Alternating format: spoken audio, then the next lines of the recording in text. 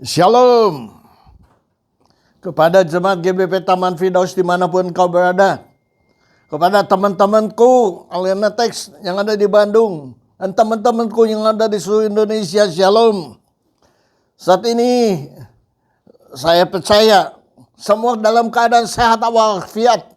Jauhkan dari segala penyakit apapun juga, tantangan pergumulan dalam nama Tuhan Yesus. Kami percaya hanya dengan Yesus Kristus kita keluar sebagai pemenang. Hanya dengan Yesus Kristus kita dapat mengatasi segala permasalahan dalam kehidupan kita. Pada saat ini saya mau sharing mengenai firman Tuhan. Judulnya adalah cukuplah kasih karunia kepadamu. Kata siapa itu? Cukuplah kasih karunia kepadamu. Itu kata Yesus Kristus. Kepada siapa? Kepada Paulus. Apakah Paulus cukup? Apapun yang dia minta, Tuhan berikan kepada dia. Apakah segala yang dikerjakan berhasil? Apakah dia tidak pernah susah? Apakah dia tidak pernah kekurangan? Apakah dia tidak pernah menderita? Apakah dia tidak pernah merasakan kelaparan? Kita akan pelajari apa yang dimaksudkan oleh Tuhan Yesus kepada Paulus. Bahwa cukuplah kasih karunia kepadamu. Kita akan melihat dari 2 Korintus 12 ayat 9 mengatakan demikian. Tetapi jawaban Tuhan Yesus kepadaku, cukuplah kasih karuniaku padamu, sebab justru dalam kelemahan kuasamu menjadi nyata dan menjadi sempurna. Sebab itu terlebih suka aku bermegah atas kelemahanku, karena kuasa Kristus turun menaungi aku. Itulah yang dimaksudnya. Ya, kita akan mempelajari bagaimana kehidupan Paulus. Apakah ia berkecukupan dalam kehidupan kita? Belajarlah dengan Paulus ini. Dan ini jawaban untuk kita semua juga. Kalau Tuhan mengatakan, Pendeta Andi Lukman, cukuplah kasih karunia kepadamu. Apa dengan berarti bahwa Tuhan mencukupi keadaan saya, kebutuhan saya, permintaan saya, pergumulan saya, tantangan saya, sehingga semua dicukupi oleh Tuhan, sehingga tidak bermasalah. Seperti jalan tol Bandung-Jakarta, Jakarta-Bandung, tidak ada masalah. Ingat, di kilometer 99 selalu ada masalah, saudara. Baru-baru ini tabrakan beruntun, saudara. Sampai macet jalan. Tidak ada jalan tol. Di dunia ini ada panas, ada dingin, ada kemarau, ada hujan, ada miskin, ada kaya, saudara. Ada sakit, ada sehat. Semua ada, saudara. Kecuali di Eropa, saudara, ada 4 musim. Di kita cuma 2 musim. Hanya panas dan hujan saja. Jadi dalam kehidupan kita ada naik, ada turun, ada naik, ada turun. Jadi kita akan belajar mengenai cukuplah kasih karuniaku kepadamu. Siapa itu? Paulus. Paulus itu pemberita firman Tuhan, luar biasa, penginjil, membuat buku Alkitab, kitab-kitab, surat-surat. Dia yang banyaknya, dia yang membuatnya. Kita akan melihat di Filipi 4 ayat 11. Filipi 4 ayat 11 mengatakan demikian. Aku telah belajar mencukupi diri di dalam segala hal. Belajar, saudara. Paulus saja sedang belajar untuk mencukupi diri sendiri.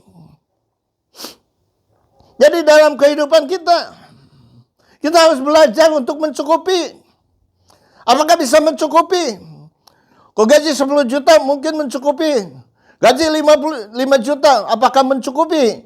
Gaji 2,5 juta apakah mencukupi? Gaji 1 juta apa mencukupi? Gaji 500.000 1 bulan apa mencukupi? Tapi belajarlah untuk mencukupi.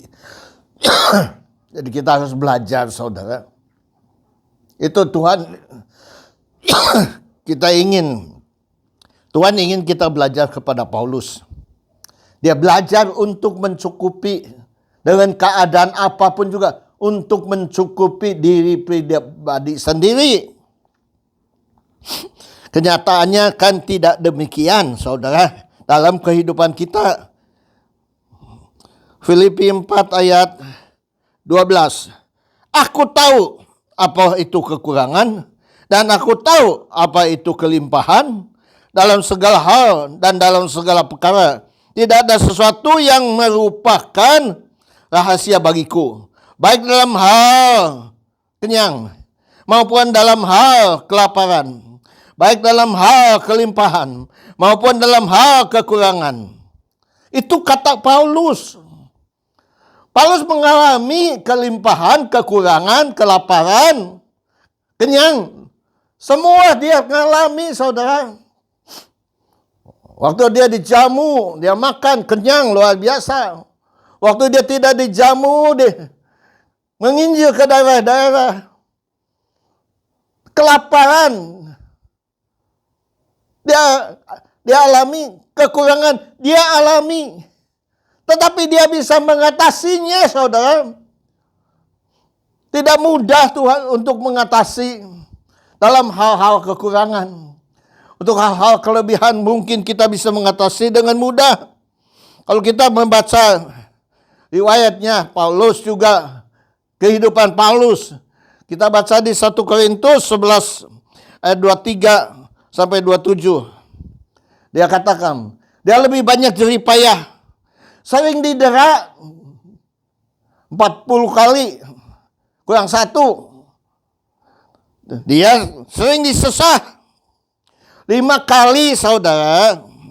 Disesah 3 kali didera. 3 kali mengalami karam air. Kapalnya karam. 1 kali terapung-apung di laut, saudara. Sering menghadapi bahaya. Bahaya dari siapa? Dari orang Yahudi. Bahaya dari siapa? Dari bukan orang Yahudi juga bahayanya. Bahaya di kota. Dan bahaya oleh saudara-saudara palsu, saudara. Mengakui saudara, tetapi palsu. Melawan dia, menangkap dia, menyiksa dia. Banyak jerih payah. Dia bekerja berat, kerap kali tidak tidur. Saudara pernah bekerja keras dan kerap kali tidak tidur? Kerap kali itu sering sekali tidak tidur, saudara. Kerap kali tidak tidur. Kerap kali puasa. Apakah kau kerap kali puasa? Apa puasa karena terpaksa, karena nggak ada makanan? Atau puasa karena jadwal gereja sebulan sekali puasa? Ini tidak dijadwalkan karena dia tidak ada makanan, jadi dia puasa. Sering sekali kedinginan dan tanpa pakaian, saudara. Itu Paulus. Tapi Tuhan mengatakan cukuplah. Kenapa Tuhan mengatakan cukuplah? Kalau kita baca kembali di ayat yang tadi kita baca. Tetapi jawab Tuhan Yesus kepadaku, cukuplah kasih karuniaku kepadamu. Sebab justru dalam kelemahan, waktu kelemahan, kuasaku menjadi sempurna. Dalam kelemahannya Paulus, kuasa Tuhan sempurna. Dia melihat mujizat-mujizat dari kelemahan-kelemahan dia. Sebab itu Paulus mengatakan, lebih bermegah, lebih suka bermegah atas kelemahannya. Karena kuasa Allah turun menaunginya. Itu alasannya. Dia lebih suka menderita. Dia lebih suka sengsara. Dia lebih suka dianiaya, saudara.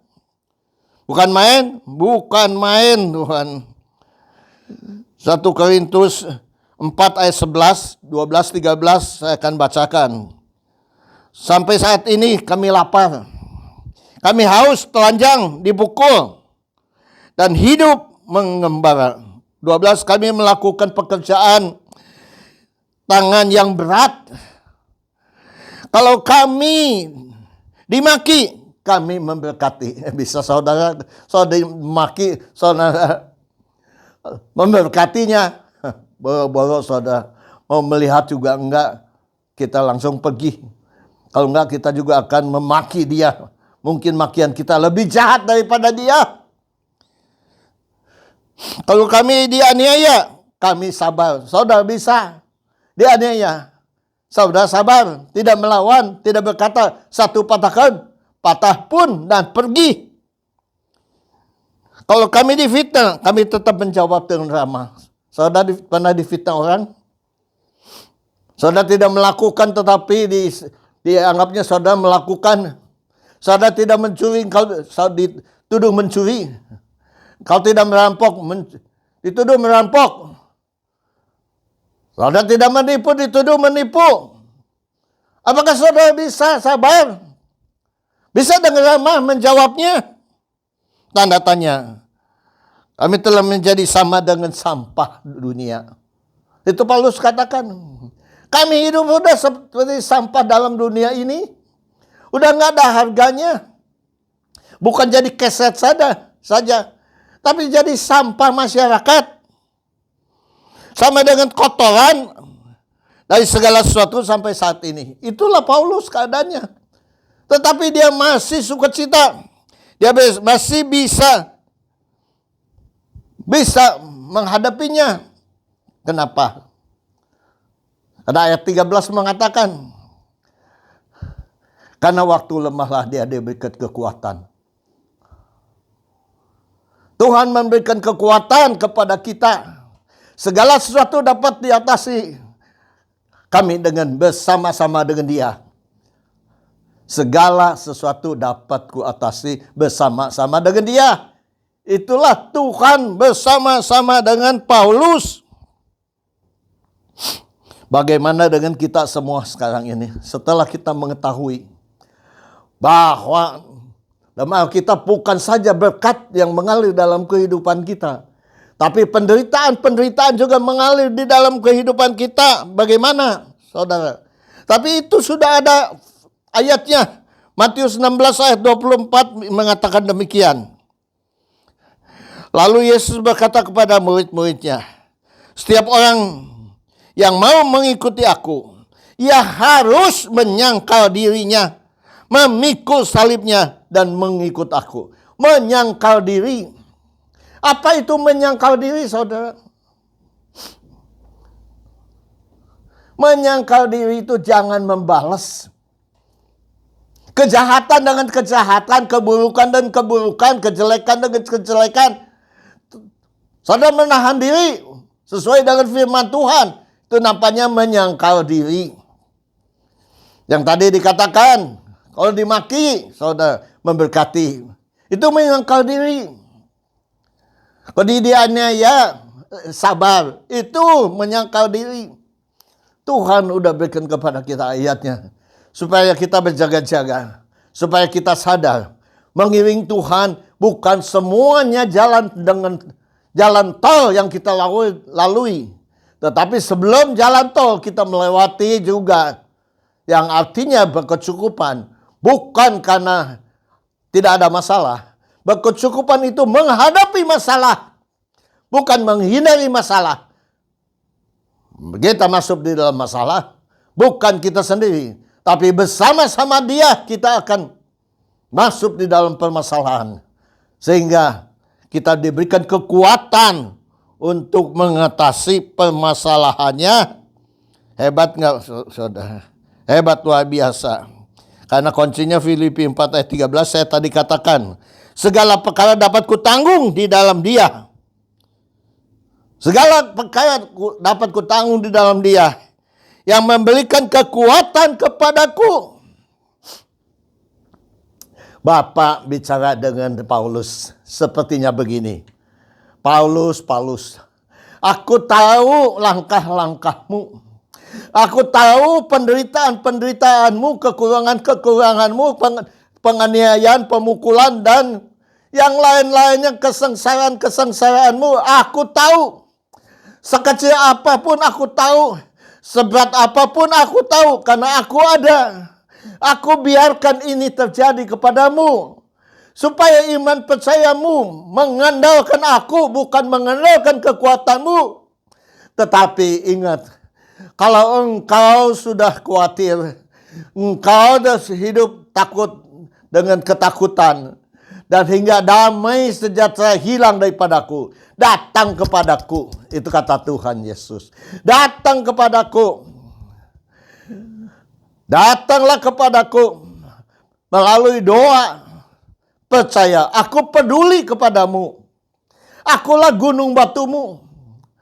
Akulah kota bentengmu. Akulah kekuatanmu. Percaya kepadaku. Aku tetap setia akan janjiku. Janjiku adalah ya dan amin. Aku tidak akan membiarkan kamu selama-lamanya menderita. Ada waktunya hujan. Ada waktunya panas. Ada waktunya menderita. Ada waktunya engkau akan mendapatkan berkat yang luar biasa. Yang daripada Tuhan sendiri. Hebatkah? Paulus luar biasanya. Dia pun tidak mengharapkan kepada manusia. Dia mengharapkan hanya kepada Tuhan. 1 Tesalonika 2 ayat 9 mengatakan, sebab kamu masih ingat, saudara-saudara, akan usaha dan jerih lelah kami. Sementara kami bekerja siang dan malam, supaya jangan menjadi beban bagi siapapun juga di antara kamu. Kami memberitakan Injil Allah kepadamu. Dia tidak menyusahkan kepada orang lain. Dia tidak mau mengemis kepada orang-orang jemaat-jemaat di Filipi. Dia kerja keras untuk mencukupi kehidupannya.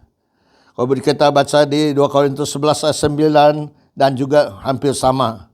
Dan ketika aku dalam kekurangan di tengah-tengah kamu, aku tidak menyusahkan seorang pun.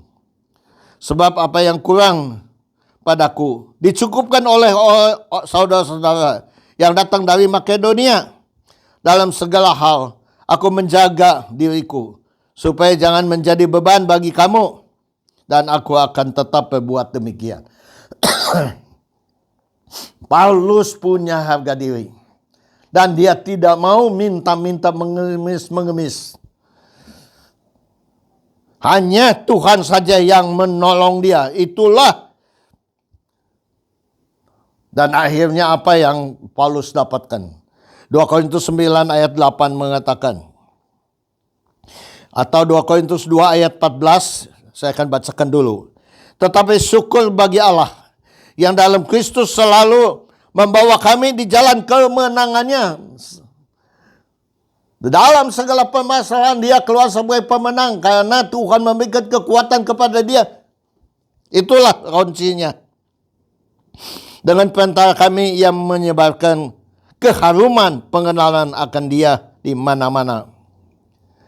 2 Korintus 9 ayat 8 mengatakan, dan Allah sanggup melimpahkan segala kasih karunia kepada kamu, supaya kamu senantiasa berkecukupan di dalam segala sesuatu. Luar biasa enggak? Jadi sebelum kecukupan, Tuhan uji kita di dalam penderitaan-penderitaan.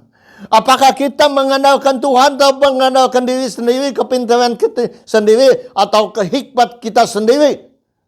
Tidak mengandalkan dia. Kalau engkau mengandalkan dia, kau akan hidup di dalam kelimpahan. Supaya kamu senantiasa berkecukupan di dalam segala sesuatu. Dan malah berkelebihan di dalam berbagai kebajikan. Itulah janji Tuhan Yesus Kristus. Maka cukuplah. Kesimpulannya menurut Tuhan, cara Tuhan memberi kepada kita hidup berkecukupan berkelimpahan. Itu dengan caranya Tuhan, bukan caranya kita. Tuhan izinkan semua orang-orang percaya kepada Tuhan mengalami penderitaan, kekurangan, kesengsaraan. 3. Tuhan tahu segala penderitaan yang kecil sampai yang besar. Tuhan ingin menghadapi dengan iman percaya kepada Tuhan. Tuhan ingin kita berhadapan dengan kekuatan dari Tuhan sendiri, bukan kekuatan kita sendiri. Dan akhirnya kita keluar sebagai pemenang. Hidup berkecukupan dan hidup berkelimpahan. Itu yang luar biasa. Mulai saat ini belajarlah. Firman Tuhan harus dipelajari. Firman Tuhan harus direnungkan. Karena tidak semua jalannya dengan mulus.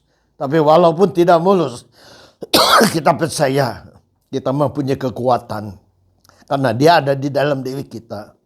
Dia ada di dalam diri kita. Memberi kekuatan di dalam segala permasalahan. Bukan menghapuskan permasalahan. Tetapi menghadapi permasalahan dan keluar sebagai pemenang. Terima kasih.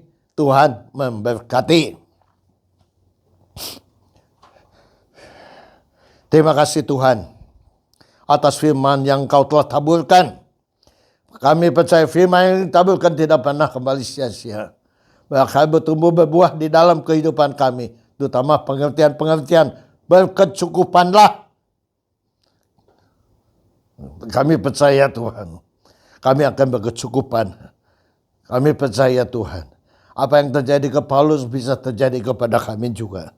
Tetapi kalau kami taat kepada Engkau bersama-sama dengan Engkau, kami dapat mengatasinya. Dan kami akan hidup berkelimpahan dalam nama Tuhan Yesus. Terima kasih Bapa, kami serahkan semuanya hanya di tangan kuasa-Mu. Ini dalam nama Tuhan Yesus, kami telah berdoa dan mengucap syukur. Haleluya.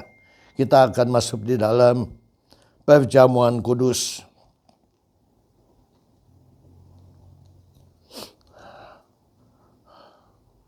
Angkatlah roti ini tinggi-tinggi.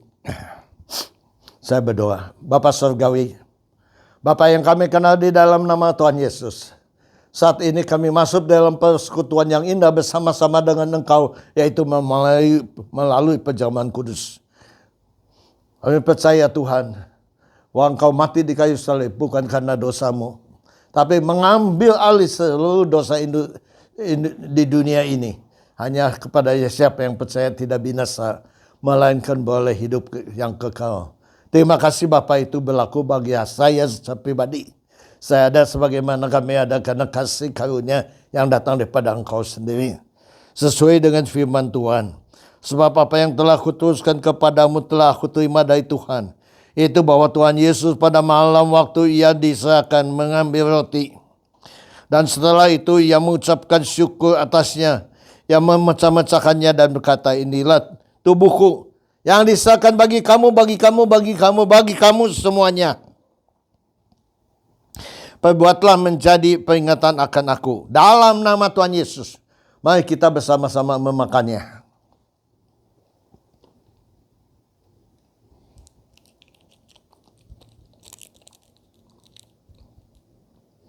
Angkatlah cawan ini tinggi-tinggi. Demikianlah juga ia mengambil cawan sesudah makan. Lalu berkata, cawan ini adalah perjanjian baru yang dimeteraikan oleh darahku sendiri. Perbuatlah ini setiap kali kamu meminumnya dan memakannya menjadi peringatan akan aku. Sebab setiap kali kamu makan roti ini dan minum cawan ini, kamu memberitakan kematian Tuhan sampai ia datang untuk kedua kalinya. Hanya dalam nama Tuhan Yesus. Mari kita bersama-sama minumnya. Dalam nama Tuhan Yesus Kristus. Terima kasih Bapak. Ucapkan terima kasih dengan bahasa kita masing-masing. Terima kasih Bapak, terima kasih Yesus, terima kasih Roh Kudus. Kami percaya hanya dengan Engkau Tuhan kami dapat mengatasi segala masalah. Hanya dengan Engkau memberikan kekuatan yang baru bagi kami. Hanya dengan Engkau kami dapat hidup. Hanya dengan Engkau kami dapat mengatasi sakit penyakit. Hanya dengan Engkau kami dapat mengatasi permasalahan-permasalahan. Hanya dengan Engkau kami dapat mengatasi keuangan. Hanya dengan Engkau kami dapat mengatasi persoalan keluarga. Hanya dengan Engkau kami dapat mengatasi segala keuangan-keuangan di dalam keluarga kami. Terima kasih Bapa. Hanya dengan Engkau kami akan hidup berkelimpahan sesuai dengan firman Tuhan. Terima kasih Bapa. Kami menaikkan firman Tuhan dalam sanubari kami. Firman Tuhan akan bertumbuh dan berbuah dalam kehidupan kami. Terima kasih Bapa. Hanya dalam nama Tuhan Yesus Kristus. Saudara-saudari, Bapak Ibu sekalian yang ingin didoakan, taruhlah tanganmu di dadamu. Bapak Surgawi, Bapak yang kami kenal di dalam nama Tuhan Yesus.